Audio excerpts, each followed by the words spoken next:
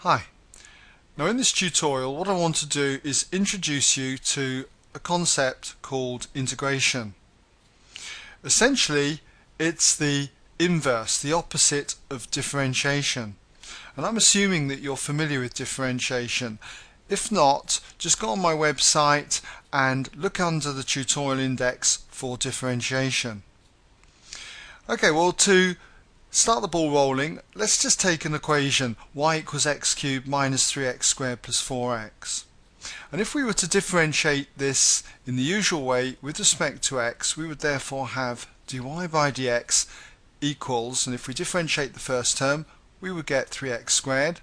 Differentiate the second term, we'd get minus 6x, and differentiate the third term here, we'd end up with plus 4. Now, when we talk about integration, it is essentially the inverse of differentiation. In other words, if I had dy by dx then equal to 3x squared minus 6x plus 4, as we have up here, then if I integrate this, do the inverse of it, then what I would have is that y would equal x cubed minus 3x squared plus 4x. Because if we differentiate this, we get this as a result. So when we're integrating, we're kind of undoing this, okay? Undoing this, trying to find out what we originally differentiated.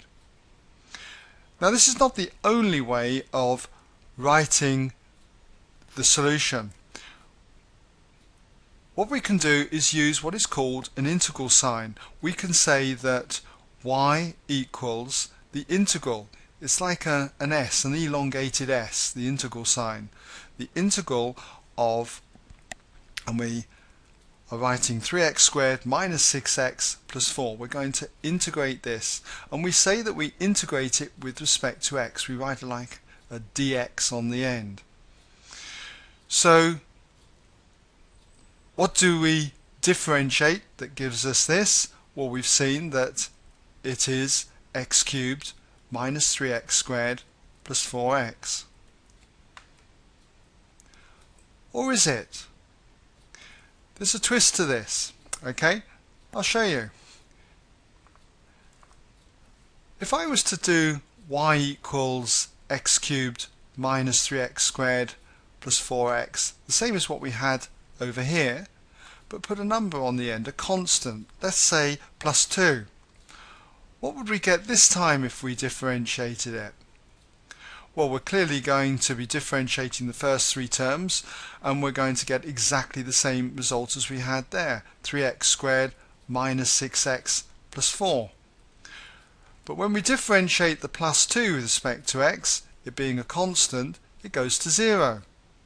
So we end up with exactly the same result. So what would happen if I had minus 2 here? It would still be the same result. Or minus 1, plus 1, still the same result. It doesn't matter what you've got on the end here. If it's a constant, it will still give you this result. Because constants, when you differentiate them, just go to 0. So we've got to be very careful then. It's incorrect for us to say that if we have dy by dx equals 3x squared minus 6x plus 4 and we integrate it, that we're going to get this result. Because clearly there could have been a number on the end. And we call that a constant of integration. And we write that as plus, and we tend to use the letter c, although you'll quite often see a k or maybe another letter used on the end. But these are common ones, c for a constant or k for a constant. Now, this is all very well because we could see this one here. We could see that if we differentiated this, we got this. But there's going to be occasions when you're going to be given an equation and you've got to work out what it originally was before you differentiated it. And so we've got to find out some rules. And that's the next thing we're going to look at. Suppose we have a term in our expression, okay, up here, of the form ax to the power n, a being a constant. How do we integrate it? How do we know what the answer is? What did we differentiate that gave us this result? Well, it's got to be the opposite of differentiation.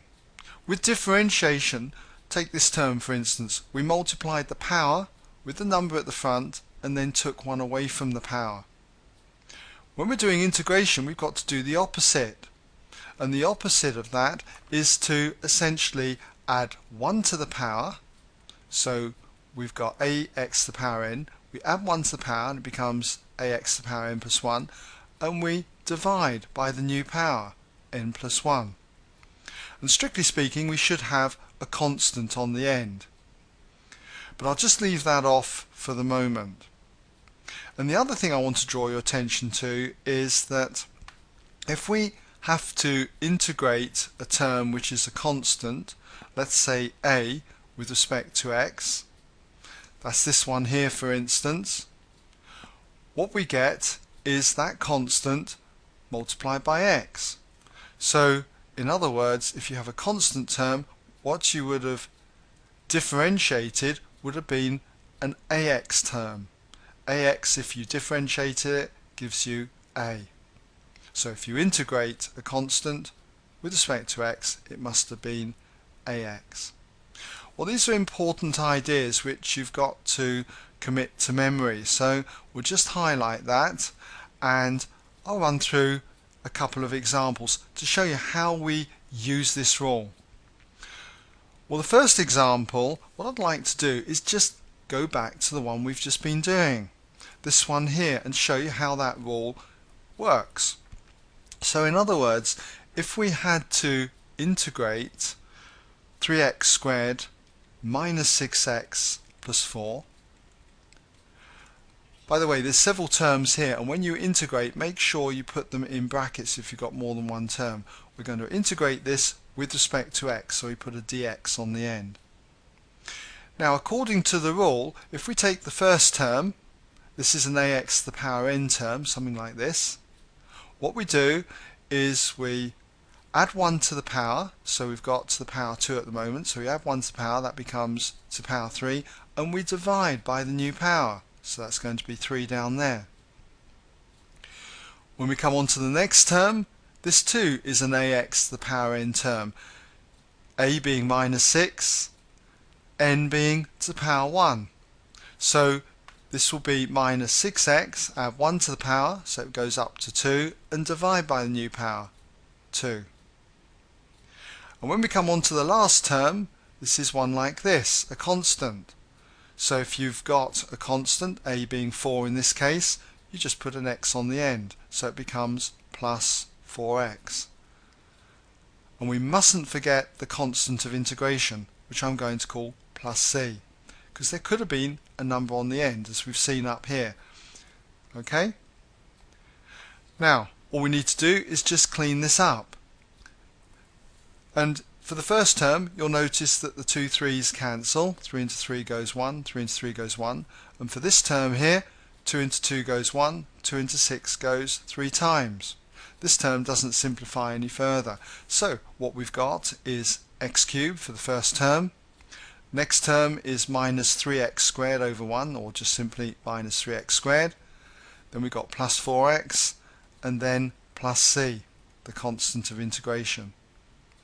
And you can see that is the result that we have up here. Although in this one I use k for the constant of integration. Okay, so hopefully you can see how that works. Let's do one more example, okay, just in case you're just slightly unsure still. Just suppose we said if dy by dx, we're given dy by dx equals, say, 4x cubed plus 6x squared minus 2x plus 5. And we need to find out what y was. Then y is going to be equal to the integral of this equation here, 4x cubed plus 6x squared minus 2x plus 5. Again, we've got several terms here, 4 terms in fact. make sure you put them in brackets, and then we have dx on the end. We're integrating with respect to x. So according to the rules here, the first term becomes 4, add 1 to the power, so it becomes x to the power 4 over 4. Next term, plus 6x squared, add 1 to the power, so it becomes 6x cubed, and divide by the new power, so that would be divided by 3. This term here, remember the power here is 1, so we have minus 2x, add 1 to the power, becomes 2x squared, and divide by that new power, 2. And here we have a constant on the end, so the integral of any constant is just that constant times x, so that would be plus 5x. And again, don't forget the constant of integration, plus c, or any other letter you like. Okay? Clean this up. We notice that the 4's cancel. 4 into 4 goes 1. 3's cancel here. 3's into 1 goes once, and 3's into 6 goes 2. This term cancels. 2 into 2 goes 1. 2 into 2 goes 1. And that's it. All we need to do now is just simplify it, and we've got x to the power 4 then, plus 2x cubed, minus x squared, plus 5x, and that constant of integration. Alright? Well, I hope that's given you a basic idea of how to integrate terms that are of the form ax to the power n or a constant. Now in the next tutorial, what I want to do is extend this idea to showing you how we can integrate various functions where we've got like square roots and cube roots and fractional expressions and so on. Okay, so I hope you'll look at that if you want to gain a little bit more confidence. Okay.